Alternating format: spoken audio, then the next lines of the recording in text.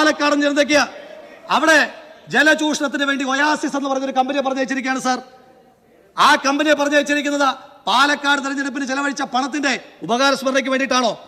Managing director കള്ളപ്പണ കേസിൽ പ്രതിയായിട്ടുള്ള പഞ്ചാബ് സർക്കാർ നിരോധിച്ച ഡൽഹിയിൽ മദ്യഴിമതിയിൽ പങ്കാളിയായ ആ കമ്പനിയെ പറ്റി ഇറക്കിയിരിക്കുന്ന ഉത്തരവൊന്ന് വായിച്ചു നോക്കണം സാർ.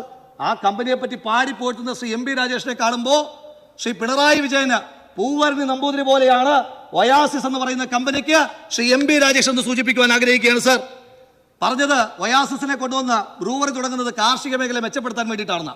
അപ്പൊ ഇനിയും തൊട്ട് എന്താണ് സാർ, ഞങ്ങൾ പാലക്കാട് നെൽപ്പാടത്ത് വെള്ളത്തിന് വരെ കള്ളൊഴിച്ചാൽ മതിയോ സാർ? ഇനി പാലക്കാട്ടെ കർഷകരോട് നിങ്ങൾക്ക് ആഭിമുഖ്യമുണ്ട് എങ്കിൽ പാലക്കാട് കാർഷിക പാക്കേജ് നടപ്പാക്കണം സാർ. ബഹുമാനപ്പെട്ട കേരളത്തിന്റെ മുഖ്യമന്ത്രി അടക്കമുള്ള നിങ്ങൾ മന്ത്രിമാരടക്കമുള്ള ഭരണപക്ഷ MLA അടക്കമുള്ള ആളുകൾ പാലക്കാട് പറഞ്ഞ വാഗ്ദാനങ്ങൾ നടപ്പാക്കണമെങ്കിൽ ഒരു പ്രത്യേക ബഡ്ജറ്റ് തന്നെ പാലക്കാട് ആവശ്യമാണ് സാർ. എന്നിട്ട് നിങ്ങൾ എന്താണ് സാർ ചെയ്തത്? പാലക്കാടിന് കാർഷിക ഗ്രാമീണ റോഡുകൾ അനുവദിക്കുമ്പോൾ ഭരണപക്ഷ MLA 8 കോടി, പാവപ്പെട്ട പാലക്കാടിന് 4 കോടി മാത്രമേ ഉള്ളൂ സാർ. ഇവിടെ എല്ലാ MLA തുല്യരായി പരിഗണിച്ച ശ്രീ ഉമ്മൻചാണ്ടി എന്ന് പറയുന്ന വലിയ മനുഷ്യൻ നിങ്ങൾ ഓർക്കണം. അതുകൊണ്ട് തന്നെയാണ് സത്യമായി ഈ മനുഷ്യൻ നീതിമാനായിരുന്നു എന്ന് അദ്ദേഹത്തിന്റെ കല്ലറയിൽ എഴുതി വെച്ചിരിക്കുന്നത്.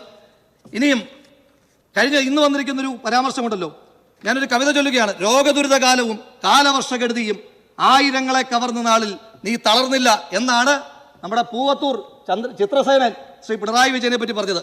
ശരിയാണ്, തളരാതെ ഇരുന്ന കൊള്ളയടിച്ചതിന്റെ കണക്കുകൾ CAG റിപ്പോർട്ടിലൂടെ പുറത്തു വന്നിരിക്കുകയാണ്.